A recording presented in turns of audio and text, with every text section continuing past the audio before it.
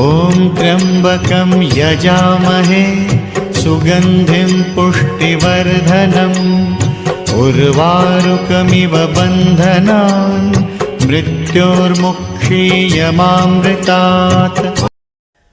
ಮೇರುದಂಡ, ತಿರುಗಣೆ ಪದಕ, spinal cord, slip disc. ನೀವೇ ನಿಮ್ಮ ಬೆನ್ನು ನೋವನ್ನು ನಿವಾರಣೆ ಮಾಡಿಕೊಳ್ಳಬಹುದು. ಮೇರುದಂಡ ಅನ್ನುವ ಪದ ಬರಿಯ ಪದವಲ್ಲ. ಆ ಮೇರುದಂಡ ಅನ್ನುವುದು ಮಹಾಪುರಾಣದ ಒಂದು ಮಹಾಭಾಗ. ಮೇರುದಂಡ ಅಂದರೆ ಬೆನ್ನು ಮೂಳೆ, ತಿರುಗಣೆ ಪದಕವೆಂದರೆ ಸ್ಪೈನಲ್ ಕಾರ್ಡ್ ಡಿಸ್ಕ್. ಪುರಾಣ ಬೆನ್ನು ಮೂಳೆ ಎಲ್ಲಿಗೆಲ್ಲಿಯ ಸಂಬಂಧ? ಸಮುದ್ರ ಮಥನದ ಸಮಯದಲ್ಲಿ ಮಂದರ ಪರ್ವತವನ್ನು ಕಡಗೋಲಿನಂತೆ ಮೇರುದಂಡದಂತೆಯೂ ಕೂರ್ಮಾವತಾರದ ಮಹಾವಿಷ್ಣುವನ್ನೇ ಪದಕದಂತೆಯೂ ಅಂದರೆ ಆಧಾರದಂತೆ ಮಾಡಿಕೊಂಡು ವಾಸುಕಿ ಮಹಾನಾಗನನ್ನೇ ಹಗ್ಗದಂತೆಯೇ ಮಾಡಿಕೊಂಡು ದೇವದಾನವರು ಕ್ಷೀರನಿಧ ಅಂದರೆ ಪಾಲ್ಗಳನ್ನೇ ಕಡಿದಾಗ ಮೊದಲು ಉದ್ಭವಿಸುವುದೇ ಕಾರ್ಕೋಟಕ ವಿಷ, ನಂತರ ಬರುವುದೇ ಅಮೃತ ಅಂತ ತಮಗೆಲ್ಲ ಗೊತ್ತೇ ಇದೆ. ಅದೇ ದೇವದಾನವ ಸಂಘರ್ಷಗಳಿಂದ ವಿಷ ಮತ್ತು ಅಮೃತೋದ್ಭವದಂತಹ ಅದ್ಭುತ ಕಾರ್ಯಗಳು ನಮ್ಮ ದೇಹದಲ್ಲೂ ನಿರಂತರವಾಗಿ ಕೂಡ ನಡೆಯುತ್ತಾ ಇರುತ್ತೆ ಅಂದರೆ ಆಶ್ಚರ್ಯವಾಗುತ್ತೆ ಅಲ್ವಾ? ಹೌದು, ಕನ್ನಡದ ಶ್ರೇಷ್ಠರೇ. ನಾನು ಲಕ್ಷ್ಮೀನಾರಾಯಣ್ ಬಿ ವಿ ಕೌಶಿಕ್, ಸಪ್ತಬಿಂದು ಯೋಗ ಮಂದಿರ, ಶಿವಮೊಗ್ಗ. ಈ ವಿಷ ಮತ್ತು ಅಮೃತಗಳು ನಮ್ಮ ಶರೀರದಲ್ಲಿರುವುದನ್ನು, ಹಾಗೆ ಆ ವಿಷವನ್ನು ಹೊರಹಾಕಿ ನಮ್ಮೊಳಗೆ ಇರುವ ಅಮೃತವನ್ನು ನಮ್ಮದೇ ದೇಹವೇ ವ್ಯವಸ್ಥೆ ಮಾಡಿಕೊಳ್ಳುತ್ತಾ ಇರುತ್ತದೆ. ಅದನ್ನೇ ಆಟೋ ಇಮ್ಯೂನ್ ಡಿಸೀಸ್ ಮತ್ತು ಆಟೋ ಇಮ್ಯೂನ್ ಸಿಸ್ಟಮ್ ಅಂತ ಕರೀತೇವೆ. ಸ್ವಕ್ಷೇತ್ರ ರೋಗ ವರ್ಧನೆ. ಸ್ವಕ್ಷೇತ್ರ ಅಂದರೆ ನಮ್ಮದೇ ದೇಹ. ಆ ನಮ್ಮದೇ ದೇಹದಲ್ಲಿ ನಮ್ಮ ಅವ್ಯವಸ್ಥಿತ ನಡವಳಿಕೆಯಿಂದ ನಾವು ಅನೇಕ ರೋಗಗಳನ್ನು ತಂದುಕೊಳ್ತಾ ಇರ್ತೇವೆ. ಹಾಗಾದರೆ ನಮ್ಮ ಅಂಗಾಂಗಗಳು ಸೂಕ್ಷ್ಮಾತಿ ಸೂಕ್ಷ್ಮ ಅಂಗಾಂಗಗಳು ಏನು ಮಾಡುತ್ತವೆ ಗೊತ್ತಾ? ಅದೆಲ್ಲ ನಮಗೆ ಗೊತ್ತಾಗೋದೇ ಇಲ್ಲ. ಹಾಗೆ ಆದವಾಗ ಈ ಸೂಕ್ಷ್ಮಾತಿ ಸೂಕ್ಷ್ಮ ಅಂಗಾಂಗಗಳು ಸರಿ ಮಾಡಿಕೊಳ್ಳುತ್ತಲೇ ಇರುತ್ತವೆ. ಅದನ್ನೇ ಆಟೋ ಇಮ್ಯೂನ್ ಸಿಸ್ಟಮ್ ಅಂತ ಕರೆಯೋದು. ನಮಗೆ ತೊಂದರೆ ಆಗೋದೊಂದನ್ನೇ ನಾವು ಗಮನಿಸ್ತೇವೆ. ಆದರೆ ಹಾಗೆ ನಮ್ಮ ಶರೀರದ ಅಂಗಾಂಗಗಳು ಸರಿ ಮಾಡಿಕೊಳ್ಳುವುದನ್ನು ನಾವು ಗಮನಿಸಿಕೊಳ್ಳೋದೇ ಇಲ್ಲ. ಯಾಕೆಂದರೆ ನಾವು ತೊಂದರೆ ಬಂದ ತಕ್ಷಣ ನಾವು ಅನೇಕ ಮನೋವ್ಯಾಧಿಗಳಿಂದ ತೊಳಲಿಕೊಳ್ಳುತ್ತೇವೆ. ತಮಾಷೆ ಅಂದರೆ ನಮಗೆ ತೊಂದರೆ ಆಗೋದಂತೆ ಗಮನಕ್ಕೆ ಬರುತ್ತೆ ಅಂತ ಹೇಳಿದೆ ಅಲ್ವಾ? ಆದರೆ ನಮ್ಮ ದೇಹಕ್ಕೆ ಅದನ್ನು ಸರಿ ಮಾಡಿಕೊಳ್ಳೋದು ಕಂಡು ಬರೋಲ್ಲ. ಹಾಗೆ ಆದಾಗ ನಮ್ಮನ್ನು ನಾವೇ ಸರಿ ಮಾಡಿಕೊಳ್ಳೋದಕ್ಕೆ ಬರುತ್ತೆ.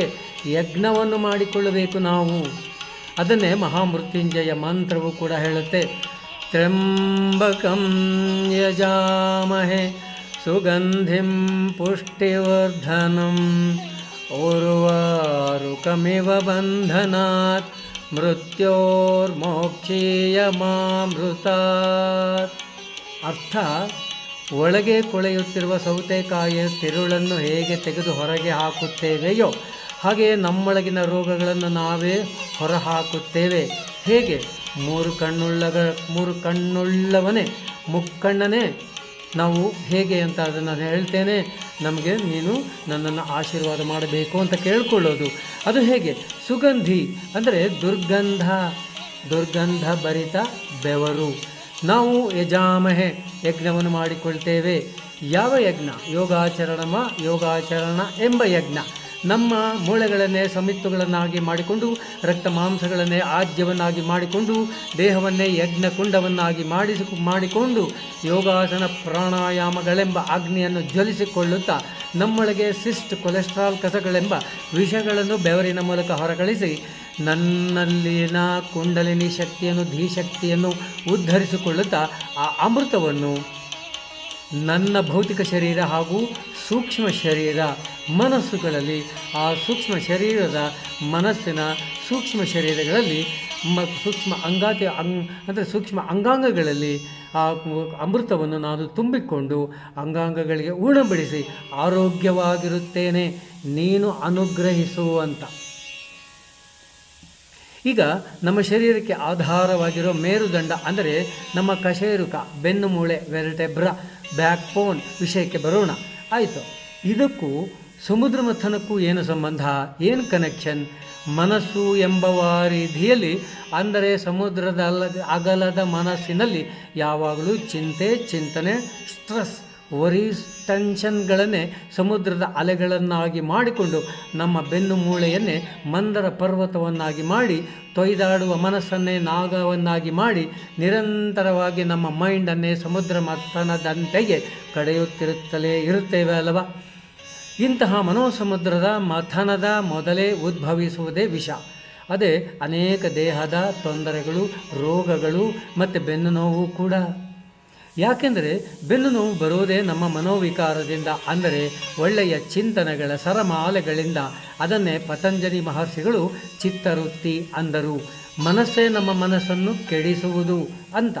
ನಮ್ಮ ಸಪ್ತಬಿಂದು ಯೋಗ ಮಂದಿರಕ್ಕೆ ಬರುವ ಬಹಳಷ್ಟು ಮಹಿಳೆಯರಿಗೆ ಬೆನ್ನು ನೋವು ಬಹಳ ವರ್ಷಗಳಿಂದಲೇ ಕಾಡುತ್ತಲೇ ಇದ್ದು, ಸಪ್ತಬಿಂದು ಯೋಗ ಮಂದಿರದ ಯೋಗ ಚಿಕಿತ್ಸೆಯಿಂದ ಅಮೃತದಂತಹ ಆರೋಗ್ಯವನ್ನು ಕಲ್ಪಿಸಿಕೊಂಡಿದ್ದಾರೆ. ಬೆನ್ನು ನೋವಿಗೆ ಮುಖ್ಯ ಕಾರಣ ಮನಸ್ಸಿನ ಯೋಚನಾ ಲಹರಿಗಳೇ ಅಂತ ಸುಪ್ರಸಿದ್ಧ ವೈದ್ಯ ಡಾಕ್ಟರ್ BM ಹೆಗ್ಡೆ ಅವರು ಹೇಳ್ತಾರೆ. ದೀರ್ಘಕಾಲದ ಹೈ ಹೀಲ್ಡ್ ಚಪ್ಪಲಿಗಳ ಬಳಕೆ, ಉಬ್ಬು ತಗ್ಗುಗಳ ರಸ್ತೆಗಳಲ್ಲಿ, ಗುಂಡಿಗಳ ರಸ್ತೆಗಳಲ್ಲಿ ದೀರ್ಘಕಾಲದ ಮೋಟಾರ್ ಬೈಕ್, ಸ್ಕೂಟರ್ ಓಡಿಸೋದು, ಬಸ್ಗಳ ಹಿಂಬದಿಯ ಸೀಟ್ಗಳಲ್ಲಿ ಪ್ರಯಾಣಿಸೋದು, ಹೀಗಾದವಾಗ ಬೆನ್ನು ಮೂಳೆಯ ಒಳಗೆ ಅನಿಯಮಿತ ಒತ್ತಡಗಳು ಉಂಟಾಗಿ ಬೆನ್ನು ನೋವು ಬರೋದು. ಈ ಒತ್ತಡಗಳೇ ಶ್ರೀ ಮಹಾವಿಷ್ಣುವಿನ ಆಮೆಯ ಅವತಾರದ ಕೂರ್ಮದಂತಹ ಪದಕಗಳ, ಅಂದರೆ ಬಿಲ್ಲೆಗಳ, ಅಂದರೆ ಡಿಸ್ಕ್ಗಳ, ಅಂದರೆ ಬೆನ್ನು ಮೂಳೆಯ ಒಳಗೆ ಇರುವ ಡಿಸ್ಕ್ಗಳ, ಅಂದರೆ ಬೆನ್ನು ಮೂಳೆಯ ಡಿಸ್ಕ್ಗಳ ಬಲವನ್ನು ಕುಗ್ಗಿಸೋದು. ಆ ಡಿಸ್ಕ್ಗಳ ಬಲ ಕುಗ್ಗಿದರೆ ಏನಾಗುತ್ತೆ? ಅವು ಪದಕಗಳ ಊತಕ, ಬಲ್ಜಿಂಗ್ ಡಿಸ್ಕ್, ಪದಕಗಳ ಜಾರುವಿಕೆ, ಸ್ಲಿಪ್ ಡಿಸ್ಕ್, ಹರಿದ ಬಿಲ್ಲೆ, ರಪ್ಚರ್ಡ್ ಡಿಸ್ಕ್, ಬೆನ್ನು ಮೂಳೆಯ ಹೊರಗೆ ಜರಿಯುವುದು, ಅಂದರೆ ಹೊರಗೆ ಹೋಗುವುದು, ಪ್ರೊಟ್ರೂಡಿಂಗ್ ಡಿಸ್ಕ್ ಫ್ರಮ್ ನ್ಯೂಕ್ಲಿಯಸ್ ಇಂಟರ್ವೆರ್ಟೆಬ್ರಟಾ, ಮೂಳೆಯ ಮಧ್ಯದ ಒಳಭಾಗದಿಂದ ಅದರ ಜಾಗದಿಂದ ಅಂದರೆ ನಿರ್ಧಾರಿತ ಜಾಗದಿಂದ ಹೊರಗೆ ಬರುವುದು ಆಗುತ್ತೆ. ಕುತ್ತಿಗೆಯ ಮೇಲಿನಿಂದ ಕೆಳಗೆ ಹಿಪ್ನವರೆಗೂ ಇರುವ ಬೆನ್ನು ಮೂಳೆಯಲ್ಲಿ 24 ಸಂಖ್ಯೆಯ ಮಣಿಗಳಂಥ, ದುಂಡಗಿರುವ ಮಣಿಗಳಂತಹ ಮೂಳೆಗಳು ಇರುತ್ತವೆ. ಈಗ ನಿಮ್ಮ ಬೆರಳನ್ನು ಬೆನ್ನಿನ ಮೇಲಿನ ಹಿಂದಿನ ಜಾಗಕ್ಕೆ, ಮೇಲುಭಾಗಕ್ಕೆ ಇಟ್ಟುಕೊಳ್ಳಿ. ಕೆಳಗೆ ಜಾರಿಸುತ್ತಾ, ಕತ್ತನ್ನು ಸ್ವಲ್ಪ ಬಗ್ಗಿಸುತ್ತಾ ಕೈಯನ್ನು ಕೆಳಗೆ ಜಾರಿಸುತ್ತಾ ಹೋದರೆ ಆ ಮಣಿಗಳ ಅನುಭವ ನಿಮಗೆ ಆಗುತ್ತೆ. ಸಾಮಾನ್ಯವಾಗಿ ಬೆನ್ನು ಮೂಳೆಯ ಲಂಬಾರ್ ರೀಜಿಯನ್ನಲ್ಲಿ, ಅಂದರೆ ಕೆಳಭಾಗದಲ್ಲಿ, ಬೆನ್ನಿನ ಕೆಳಭಾಗದಲ್ಲಿ, ಅಲ್ಲಿ L4 L5ನ ಜಾಗದಲ್ಲಿ ಈ ನೋವು ಬರುತ್ತೆ. ಯಾಕಂದರೆ ದೇಹದ ಭಾರವನ್ನೆಲ್ಲ ಈ ಸ್ಥಳವೇ ಆ ಸ್ಥಳವೇ ಹೊತ್ತಿರೋದು. ಈ ಎಲ್ಲ ಕಾರಣಗಳಿಂದ ಡಿಸ್ಕ್ ಇರುವ ಜಾಗದಲ್ಲಿ ಬೆನ್ನು ಮೂಳೆಯ ಒಳಗೆ ಒಂದು ಸಾಸಿವೆಯಷ್ಟು ಜಾಗ ಖಾಲಿಯಾಗುತ್ತೆ. ಆಗ ಅಲ್ಲಿ ಬೆನ್ನು ಮೂಳೆಯ ಒಳಗಿನಿಂದ ಹೊರಗೆ ಬರುತ್ತಿರುವ ನರಗಳು ಹೀಗೆ ಹರಡಿಕೊಂಡು ಬರ್ತಾ ಇರುತ್ತವೆ. 72,000 ಸಂಖ್ಯೆಯ ನರಗಳು ಬೆನ್ನು ಮೂಳೆಯ ಒಳಗಿನಿಂದಲೇ ದೇಹದ ಒಳಗೆ, ಅಂದರೆ ಆ ಬೆನ್ನು ಮೂಳೆಯ ಹೊರಗೆ ಬರುತ್ತಲೇ ಇರುತ್ತವೆ. ಆ ಬರುತ್ತಿರುವ ನರಗಳು ಆ ಖಾಲಿ ಜಾಗದಲ್ಲಿ ತೂರುವಾಗ ಮೇಲಿನ ಮಣಿಕಟ್ಟಿನ ಮೂಳೆ, ದುಂಡಗಿನ ಮೂಳೆ ಹಾಗೂ ಕೆಳಗಿನ ಮಣಿಕಟ್ಟಿನ ಮೂಳೆ, ಇವೆರಡು ಮೂಳೆಗಳಿಗೂ ಇಲ್ಲಿ ಬರುವ ನರ ಒತ್ತಿಕೊಳ್ಳುತ್ತವೆ. ಅದಕ್ಕೆ ಕಂಪ್ರೆಷನ್ ಅಂತ ಕರೀತೇವೆ.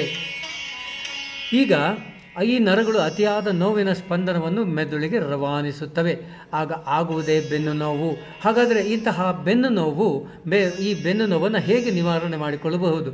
ನಿಮ್ಮ ಮನಸ್ಸಿನಲ್ಲಿಯೇ ನಾನು ಈಗ ನಿಮಗೆ ತೋರಿಸುವ ಸುಲಭ ಯೋಗ ಕ್ರಿಯೆಯಿಂದ ಎಷ್ಟು ಹಳೆಯ ವರ್ಷದ ಬೆನ್ನು ನೋವಾಗಲಿ, ಯಾವ ಚಿಕಿತ್ಸೆಗಳಿಲ್ಲದೆ, ಯಾವ ಆಪರೇಷನ್ಗಳ ಅಗತ್ಯವಿಲ್ಲದೆ ನೀವೇ ನಿಮ್ಮ ಮನೆಯಲ್ಲಿಯೇ ನಿಮ್ಮ ಬೆನ್ನು ನೋವನ್ನು ಸರಿ ಮಾಡಿಕೊಳ್ಳುವ, ಆಜೀವ ಪರ್ಯಂತಕ್ಕೂ ನಿವಾರಣೆ ಮಾಡಿಕೊಳ್ಳುವ ಒಂದು ಯೋಗಾಚರಣದ ಯೋಗ ಆಸನಗಳನ್ನು ಹೇಳಿಕೊಳ್ತೇನೆ.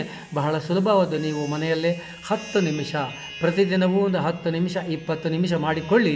ಈ ಕ್ರಿಯೆಯನ್ನು ಮಾಡಿಕೊಳ್ಳುವಾಗ ಹೇಗೆ ನಿಮಗೆ ಬೆನ್ನು ನಿವಾರಣೆ, ಅಂದರೆ ನೋವು ನಿವಾರಣೆ ಆಗುತ್ತದೆಂದು ನಿಮ್ಮ ಅನುಭವಕ್ಕೆ ಈಗ ಹೇಳ್ತೇನೆ. ಈಗ ನೆಲದ ಮೇಲೆ ನೀವು ಕುಳಿತುಕೊಂಡಾಗ ನಿಮ್ಮ ಹಿಪ್ ಅಗಲವಾಗುವುದನ್ನು ಗಮನಿಸಿ. ಅಂದರೆ ಹಿಪ್ ಕೆಳಗೆ ಸ್ವಲ್ಪ ಹೀಗೆ ಆಗುತ್ತೆ. ಆಗ ಬ್ಯಾಕ್ ಬೋನಿನಲ್ಲಿ ಲಂಬಾರ್ ರೀಜಿಯನ್ನಿನ L4 L5 ಅನ್ನುವ ಜಾಗದ ಮೂಳೆಯವು ಒಳಗೆ ಇರುವ ಡಿಸ್ಕ್ ಮೇಲಿನ ಮಣಿ ಮೂಳೆ ಮತ್ತು ಅದರ ಕೆಳಗಿನ ಮಣಿ ಮೂಳೆಗಳ ಮಧ್ಯ ಈ ಡಿಸ್ಕ್ ಅನ್ನೋದು ಒತ್ತಿಕೊಳ್ಳುವುದನ್ನು ನೀವು ಗಮನಿಸಿಕೊಳ್ಳಬಹುದು. ಹಾಗೆ ನೀವು ವಿಡಿಯೋದಲ್ಲಿ ತೋರಿಸಿದಂತೆ 2 ಕೈಗಳನ್ನು ನೆಲಕ್ಕೆ ಒತ್ತಿಕೊಂಡು ಶರೀರವನ್ನು ಮೇಲಕ್ಕೆ ಎತ್ತಿದರೆ ನಿಮ್ಮ ಹಿಪ್ ಕೆಳಗೆ ಇಳಿಯುವುದನ್ನು, ಹಾಗೆ L4 L5 ಜಾಗದಲ್ಲಿ ಆರಾಮವಾಗುವುದನ್ನು ಗಮನಿಸಿಕೊಳ್ಳಿ. ಹೀಗೆ ಸೆಕೆಂಡಿಗೆ 1ರಂತೆ 10 ಅಂಕಿಗಳನ್ನು ಹೇಳಿಕೊಳ್ಳುತ್ತಾ, ಇದು ಅಂದರೆ 10 ಸಂಖ್ಯೆಯ ಈ ಹೇಳಿಕೊಳ್ಳುವುದು ಮತ್ತು ಹೇಳಿಕೊಳ್ಳುವುದರ ಜೊತೆಗೆ ಕೈಯನ್ನು ನೆಲಕ್ಕೆ ಒತ್ತಿ ಹೀಗೆ ಶರೀರವನ್ನು ಮೇಲಕ್ಕೆ ಎತ್ತಿಕೊಳ್ಳುವುದು, ಅಂದರೆ ಕುರ್ಚಿ ಮೇಲೆ ಕುಳಿತುಕೊಳ್ಳುಕೊಂಡು ಕೂಡ ನೀವು ಮಾಡಿಕೊಳ್ಳುವುದು. ಅದು ಹೇಗೆ ಅಂತಂದರೆ, ಹೀಗೆ ಕುರ್ಚಿಯ ಮೇಲೆ ಕುಳಿತುಕೊಂಡು 2 ಕೈಗಳನ್ನು ಹೀಗೆ ಇಟ್ಟುಕೊಳ್ಳಿ. ಹೀಗೆ ಇಟ್ಟುಕೊಂಡು ನಿಮ್ಮ ಶರೀರವನ್ನು ಮೇಲಕ್ಕೆ ಸ್ವಲ್ಪ ಮೇಲಕ್ಕೆ ಇಟ್ಟುಕೊಳ್ಳಿ. ಕಾಲುಗಳು ನೆಲಕ್ಕೆ ತಾಗಿಕೊಂಡಿರಲಿ. ಹಾಗೆ 10 ಸೆಕೆಂಡ್ಗಳು 10 ಕೌಂಟ್ಗಳನ್ನು ಹೇಳಿಕೊಳ್ಳಿ. ಆಗ ನಿಮ್ಮ ಹಿಪ್ಗಳು ಕೆಳಗೆ ಜಾರಿರುವುದನ್ನು ನೋಡಿಕೊಳ್ಳಬಹುದು. ಹಾಗೆ ಕೆಳಗೆ ಕೂತವಾಗ ಮತ್ತೆ ಅದು ಒತ್ತಿಕೊಳ್ಳುವುದು ಆಗುತ್ತದೆ. ಹಾಗೆ ಆದವಾಗ ಇಲ್ಲಿ ಕಂಪ್ರೆಷನ್ ಅಂತೀವಿ. ಹಾಗೆ ಕಂಪ್ರೆಷನ್ ಮತ್ತು ಅದನ್ನು ಆಕುಂಚನ ಸಕೋಚನ ನಾವೇ ಮಾಡಿಕೊಳ್ಳುವಂಥದ್ದು. ಹಾಗೆ ಆದವಾಗ ನಮ್ಮ ಬೆನ್ನು ಮೂಳೆಯಲ್ಲಿರೋ ಡಿಸ್ಕ್ ಏನಾಗುತ್ತೆ, ಅದು ಅಂದರೆ ರೀಫಾರ್ಮ್ ಆಗುವ ಅದಕ್ಕೆ ಸಹಾಯ ಮಾಡಿದಂತಾಗುತ್ತದೆ. ಹಾಗೆ ರೀಫಾರ್ಮ್ ಆಗುವಾಗ ಅಂದರೆ ರೀಫಾರ್ಮ್ ಆಗುತ್ತಲೇ ಇರುತ್ತೆ. ನಾವು ಹೀಗೆ ದಿನಂಪ್ರತಿ 10 ನಿಮಿಷ 20 ನಿಮಿಷ ಹೀಗೆ ಮಾಡಿಕೊಂಡಾಗ, ಹಾಗೆ ಪ್ರತಿದಿನವೂ ಮಾಡಿಕೊಳ್ಳಬೇಕು.